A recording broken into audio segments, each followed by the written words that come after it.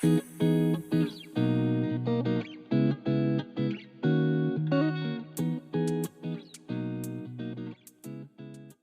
everybody, and welcome back to my channel. Today's video is really just going to be like a sit down chit chat, all things losing weight when it comes to postpartum, weight loss, being in a calorie deficit, how I count my calories. Just, it's going to be like, this is like a guide to everything, tips and tricks, helping you guys out. If you guys have not been following me for a while, I gained over 60 pounds with my son, and I have about 10 more pounds to go. So I've lost 50 pounds. And with my first pregnancy with my daughter, I actually gained 88 pounds and I lost it all and kept it off. So I lost it by the time she was a little before 2 years old. And then I kept it off, she'll be 13 this year. So for that many years, like 11 years, I kept it off, never gained the weight back. So I feel like I'm very knowledgeable in the sense that I have gained a big amount of weight once and I lost it all, maintained it off in a very healthy way, and I'm doing it this time again. And I really just wanted to make a video. I feel like I get so many, especially on like Instagram DMs, of people just asking like, what apps do I track my calories on? Just like so many questions on what to do. And I feel like I take my time to message like every girl individually on like what I'm doing. And I'm like, I just need to make like a long sit down chit chat video of everything that I'm doing. So I wrote in my notes like all the questions that I have been getting asked and really just the tips that help me. I do want to start off by saying that I am not in any way a dietitian. I am not, you know, a doctor, anything like that. So please take what I say with a grain of salt, and every person is different. So if you have any like health conditions, questions, just ask your doctor or like your physician exactly if this is okay to do. But this video is just really for all the girls that send me DMs, and I can just be able to refer them to this video and answer all of your questions. So we're gonna start off with the first thing that has helped me, and that is calorie counting. Calorie counting can seem extremely daunting and overwhelming to a lot of people, understandably so, because they don't know where to look. But what I did is I just make sure you can go into Google, or now there's like chat GPT that can answer it for you. I use the app called Lose It, L-O-S-E-I-T, Lose It. And at the beginning, when you first download the app, it will ask you some questions. So it will say like, what is your weight right now? What's your goal weight? Are you trying to lose the weight more rapidly, moderately, or slowly? And it asks all these questions, and it will calibrate and calculate exactly calories wise what you need to be at. And here's the thing is that calorie counting is not something that will last forever. Like once I get to my ideal weight, I won't be calorie counting anymore. It's really just a tool to have in your pocket for if you're feeling like you've gained a little bit of weight. I've gained 5 pounds or something. You know exactly what you need to do, because I think you would be shocked at when you track your calories, how much calories you're actually intaking. So with this last time around, like I've already done this before with my first pregnancy, and with the last one, like for the first year, I pretty much like lost like 25 pounds, and that's like with like the baby, your uterus, all that. And then I just like stopped losing weight. And I know I am breastfeeding too, and so that also can play a big part. I feel like women either hold on to the weight because of hormones, or they just burn it like crazy. I hold on to the weight. I held on to my weight with my daughter too until I stopped breastfeeding, but I'm still breastfeeding and I am losing weight. I am losing it slower, but I'm losing it. But I think you would be shocked at, you know, the drizzle of olive oil to put in your eggs. Like 1 tablespoon, I think, is like 120 calories. And so even if you don't want to calorie count long term, I really recommend calorie counting for 30 to 60 days because it's going to make you very mindful of how much food you're actually having. So like for me, I was like, oh, well, I'm eating like whole foods. I eat super clean. And so like I make my own bread. I do everything like on my own. I make everything fresh pretty much in my house. Like I eat a whole food diet. And, you know, like, look, whenever I started counting calories, I was like, oh, I have like 3 pieces of sourdough toast a day, but sourdough toast is better for you and I make it fresh. But it's like, if you actually are trying to lose weight, 1 piece of sourdough bread is like 120 calories. And then I did like a big tablespoon of Kerrygold butter, and then also, you know, a tablespoon of jam, or, you know, a spoonful of jam. And then you look, and I'm like, oh, this is like 250 calories for 1 piece of toast. And I'm having that, 3 of those. So what is that, 2, 4, 6? Like, you know what I mean? You do the math. That's like 700-800 calories right there just in toast. And that doesn't include like my breakfast, lunch, dinner, coffee, or, you know, I would have a bagel instead of a piece of toast because I'm hungry with breastfeeding. And so even though like I had already done this, it checks you, right? Like it makes me be like, whenever I was like, okay, I'm not losing weight, Rome just hit a year old, I'm gonna calorie count. I was like, whoa, I am eating a lot. So count your calories. To give you guys, I always hate when people are like, count your calories. I'm always curious what people eat. So I started off with 1,800 calories because I'm breastfeeding. So you guys can go a little more, I don't want to say extreme. I feel like extreme is not a good word, but you can have a more of a deficit. I was trying to keep my milk supply. So what I did is I did 1,800 calories. I waited 2 weeks and I went down to 1,700, or I think I went to like 1,700 and then 1,600, and I've been at 1,600 and now my body is plateauing. So I haven't lost even like 1 pound in like 3-4 weeks, which that means that my body's plateauing, and I'm hoping that it is not because I'm breastfeeding, and I'm hoping it's because I need to lower my calories a little bit. So that goes into the next tip that I have for you guys, and that is, if you guys are losing weight and you're doing well and your body plateaus, that is not necessarily a bad thing. That means that you just need to adjust a little bit. So what I'm personally doing is, I saw this video on TikTok, and it's this man that talks about women's health and calorie counting and losing weight, and he says to cycle between calories. So he says if you're trying to lose weight, go to like 1,700 calories one day, and then the next day you go to 1,400 calories. And he says switching back and forth like that will keep your body kind of in like a shock, because it's not used to the exact calories, like the same calories every single day, and that should get you over your plateau. So I'm actually going to start that this week, is cycling it. And if that doesn't work, then I'm gonna go down to about I was at 1,600, so I'll probably go down to like 1,500. I'll never go below 1,400. That's just not healthy.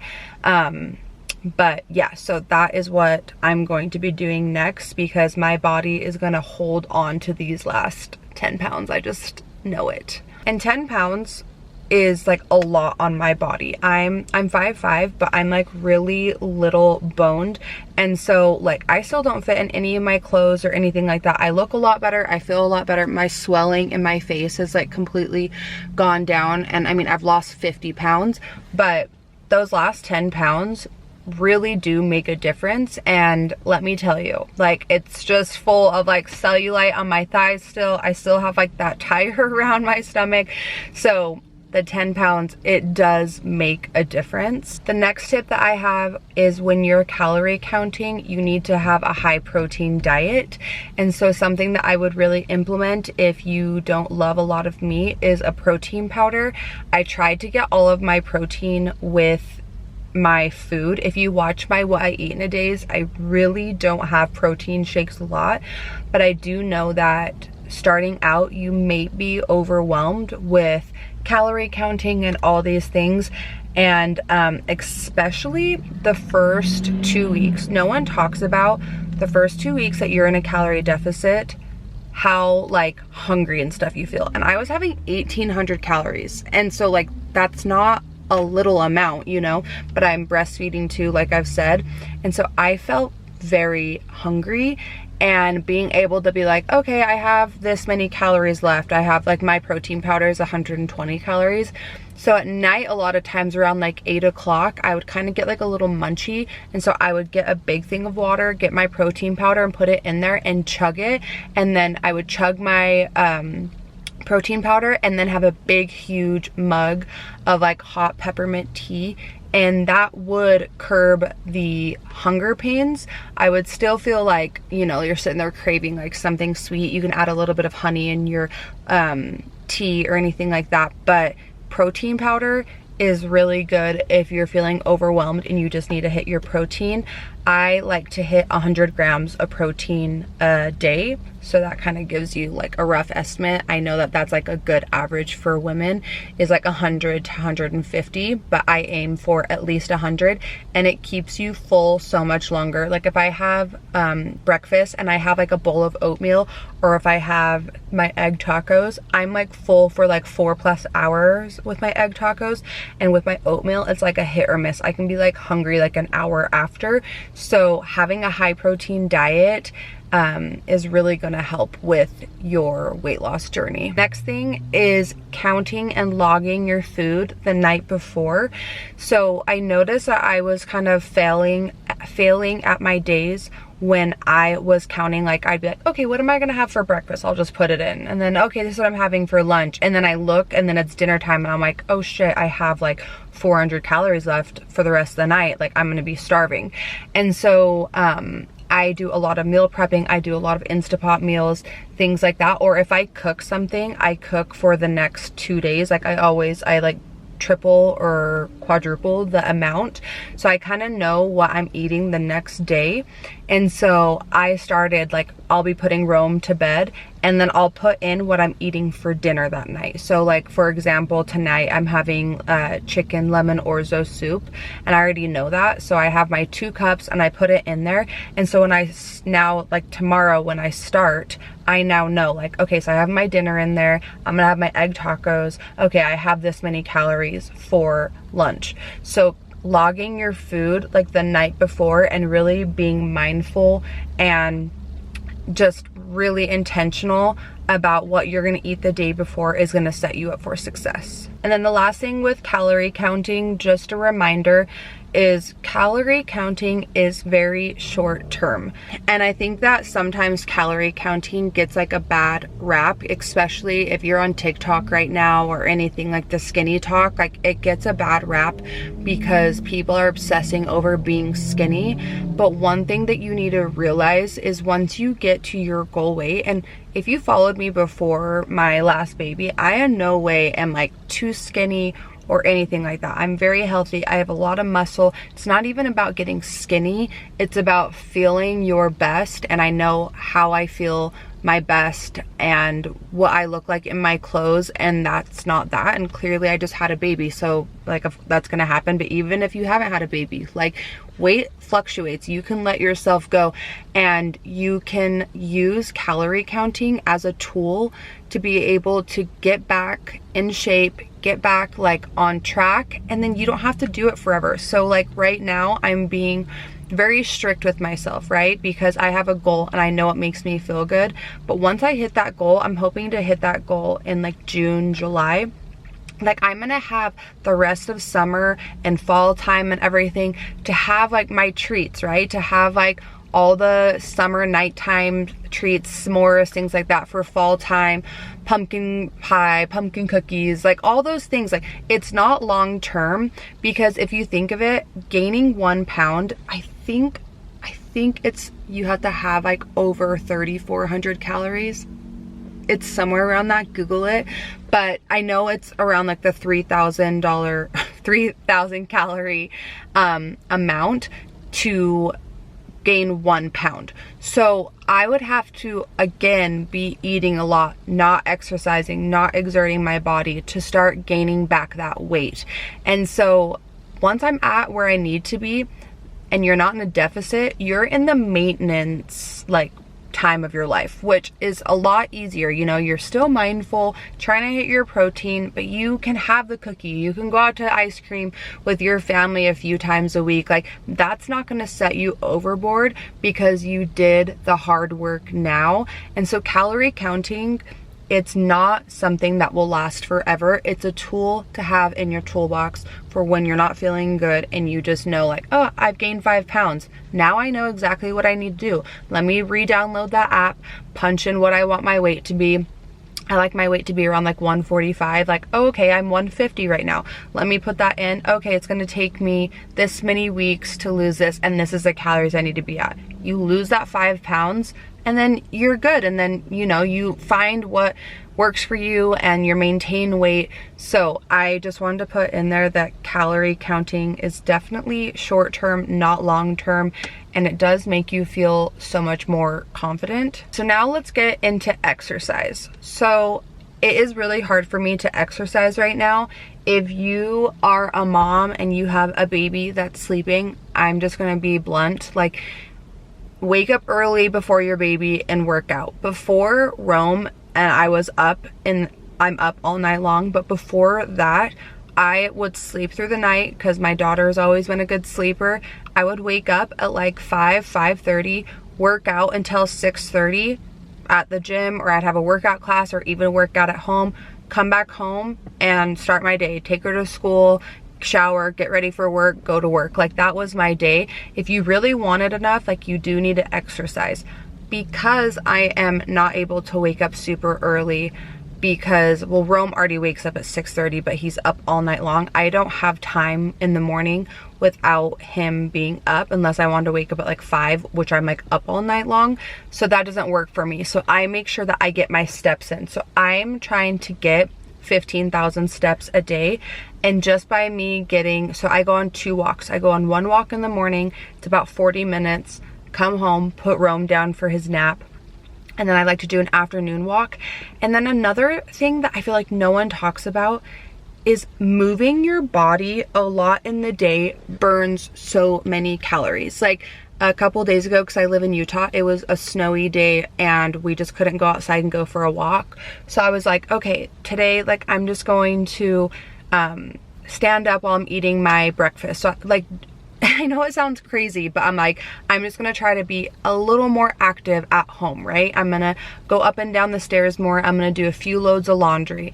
I'm gonna put on music, and I had a dance party with Rome, and then we went upstairs, and which I do already, but I bring him upstairs with me, and I close the door so that he can't leave and run out, and I make the bed, and I wipe down the counter, and then I grab the vacuum, and I vacuum the floors every single morning because I have a baby that just throws food. So I'm constantly sweeping and vacuuming. But then all of a sudden my ring, this is my Oura ring, it goes off and it's like, you're halfway to your goal. And it like tells me, it's like, you've already burned 400 calories today, like extra calories, and you are halfway to your goal. And it's like 10 o'clock in the morning.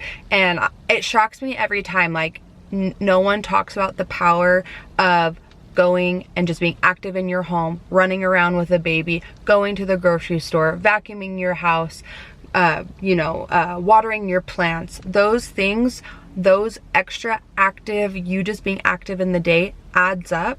So by me doing my walks and me trying to be very active, and I have a 1-year-old little boy, I'm so active, I'm losing weight without really working out. I feel like I answered all of the questions and everything that I could to help you guys, but if I missed anything or if you have any more questions, please message me. Just send me a comment down below because I respond back to everybody, and I will respond back to you and answer any more questions. But give yourself 6 months of what I just said, and I think you would be shocked at what your body can do. Like, the fact that I've lost 50 pounds total already, and it's an additional, I've lost, since I started really doing this, I've lost a little over 15 pounds in about 3.5 months. And that's with me not even like going to the gym, working out, and like busting my ass as much as I did with my daughter.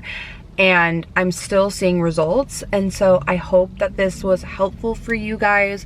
And just remember that you guys can do this in a healthy way. You do not need to, you know, not eat, skip meals, kill yourself in the gym, like all those things. Like, be kind to yourself throughout this process. I wake up every day and be like, okay, I'm doing this because once I get to how I want to feel and feel good in my clothes again, my ideal weight, like this is kindness to myself. So please be kind to yourself, because this is a slow journey, and talking mean to yourself and not being nice to yourself does absolutely nothing. But I hope this was helpful, and I will see you guys next week.